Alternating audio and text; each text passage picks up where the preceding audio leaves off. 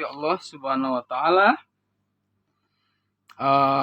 kenapa jika sholat sendiri seorang musafir itu boleh mengqashar sholatnya, sementara jika bermakmum kepada orang yang mukim, artinya jika dia bermakmum kepada orang yang mukim, penduduk tetap, maka dia harus menyempurnakan sholatnya.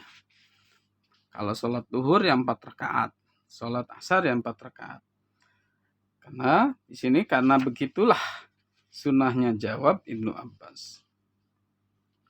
Kemudian tadi orang yang sah menjadi imam, sekarang adalah orang yang tidak sah menjadi imam.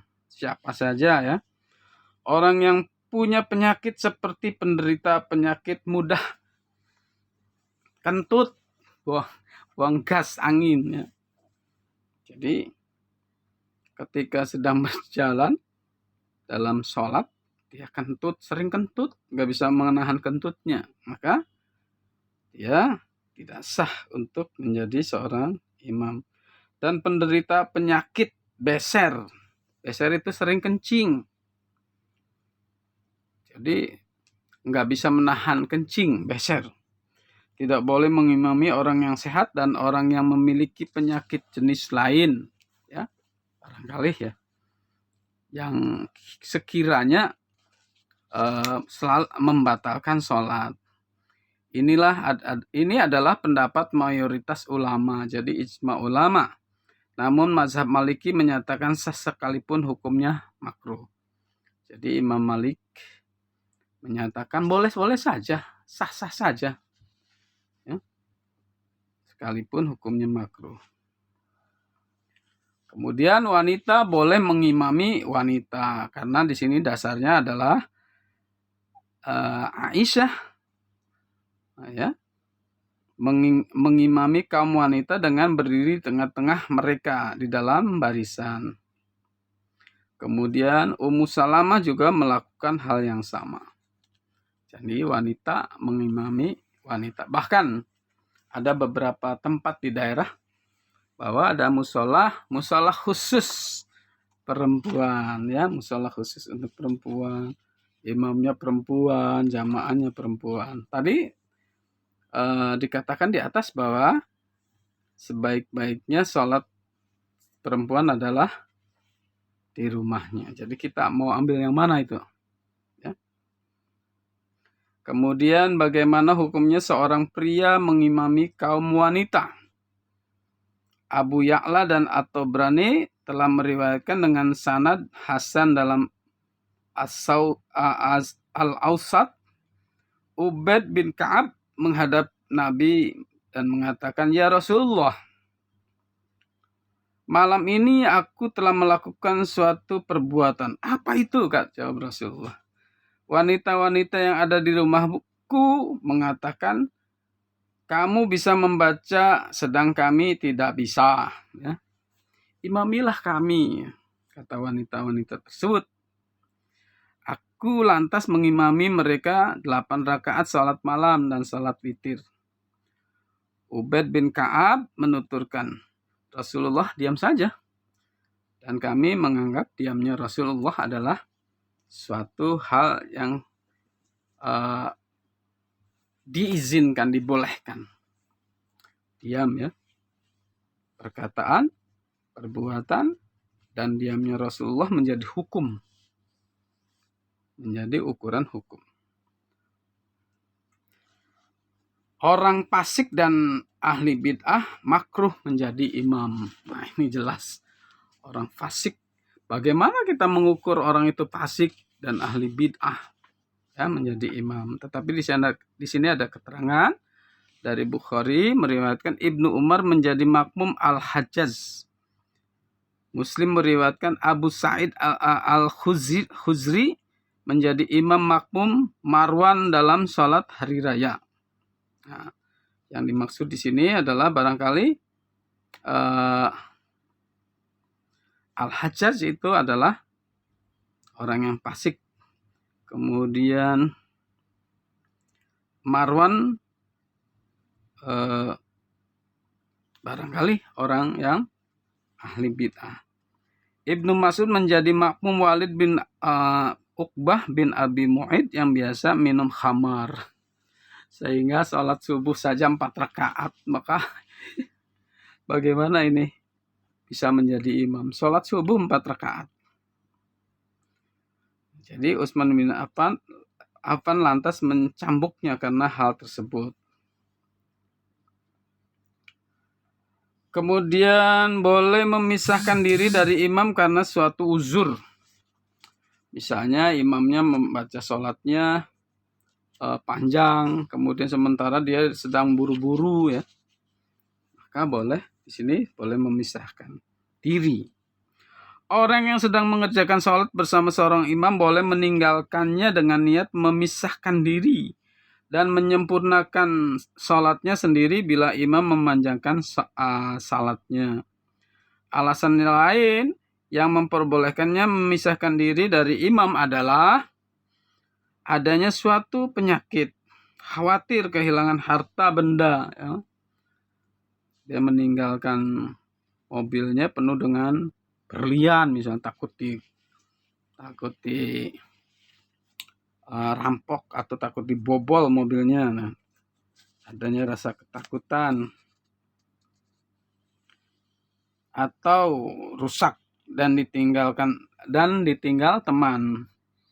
Artinya temannya udah mau buru-buru berangkat, sementara dianya belum sholat dan dalam kondisi sholat berjamaah.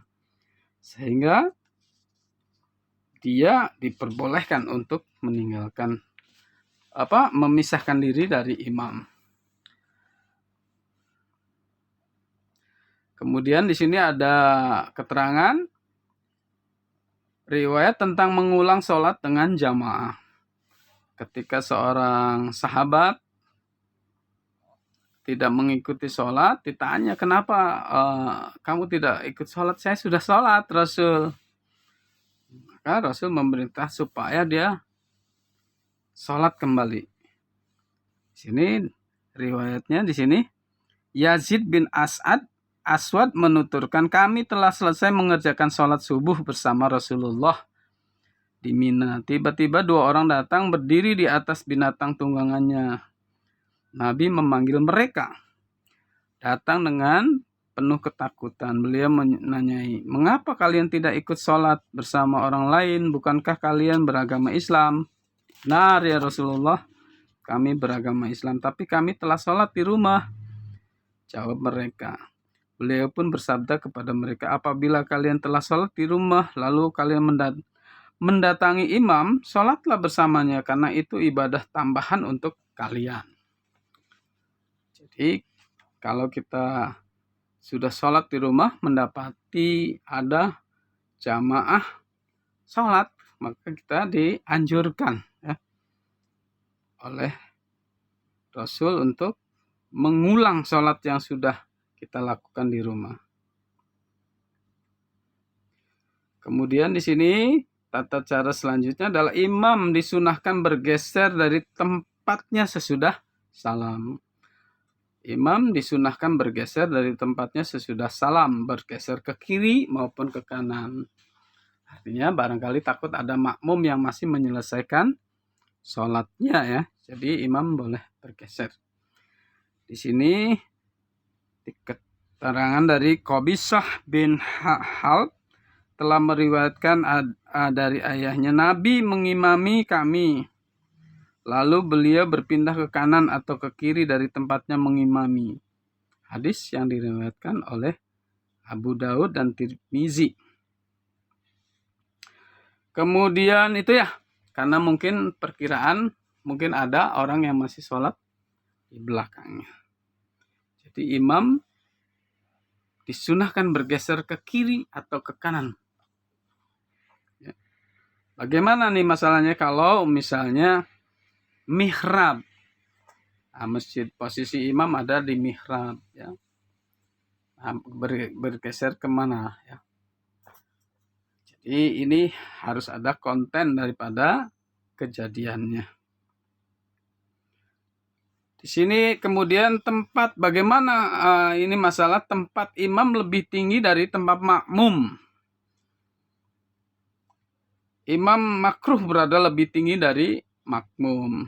Hal ini didasarkan pada hadis yang diriwayatkan dari Abu Mas'ud Al-Ansari. Rasulullah melarang imam ada di atas sesuatu, sedang makmum ada di bawahnya.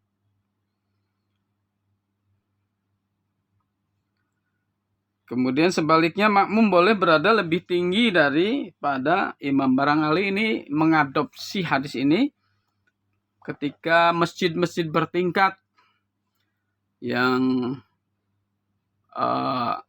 memberi ruang makmum di atas imam. Nah ini, di sini dikatakan bahwa makmum boleh lebih tinggi daripada imam. Sa'id bin Mansur, Syafi'i, Baihaqi, dan Bukhari telah menyebutkan secara mu'allaq, artinya secara bersama. Di sini diriwayatkan bahwa Abu Hurairah pernah sholat di atas masjid saat menjadi makmum dari seorang imam. Posisinya dia makmum tapi berada lebih tinggi dari imam. Barangkali ini adopsi daripada ini menjadi masjid bertingkat ya, seperti di Istiqlal itu kan berlantai 4 ya, dan makmum itu ada di lantai 4. Ada bahkan mungkin contoh konkret adalah di Mekah. Di Mekah Al-Mukarramah, Masjidil Haram itu bertingkat-tingkat. Sementara imamnya berada di bawah di depan Ka'bah. Kemudian bagaimana kalau kasusnya imam mencari ganti. Jadi ketika posisi imam tetapi mencari ganti karena faktor uzur misalnya. Seperti ingat bahwa dirinya masih belum bersuci, masih punya hadas, atau memang benar-benar telah punya hadas. Ia diperbolehkan menyuruh orang lain untuk menggantikannya menjadi imam untuk menyempurnakan sholat dengan makmumnya.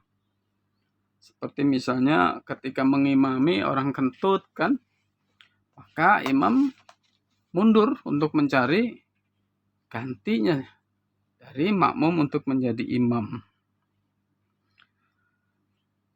Nyatakan di sini dari Amr bin Maimun menuturkan pada pagi hari pembunuhan Umar, antara tempatku berdiri dengan tempat berdiri Umar cuma terhalangi oleh Ibnu Abbas. Sesaat sesudah bertakbir, aku mendengarnya mengatakan, dia telah membunuhku. Umar ya.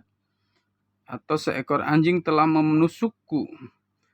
Ketika Abu Lu'lu'ah telah menusuknya, beliau langsung memegang Abdurrahman bin Auf dan menariknya ke depan untuk menggantikan posisinya menjadi imam. Lalu dia mengimami mereka dengan sholat yang dipercepat. Hadis Bukhari. Barangkali ini sanadnya tidak bersambung pada Rasul ya, karena kejadiannya ketika Umar bin Khattab dibunuh ya, oleh seorang Lu'lu'ah,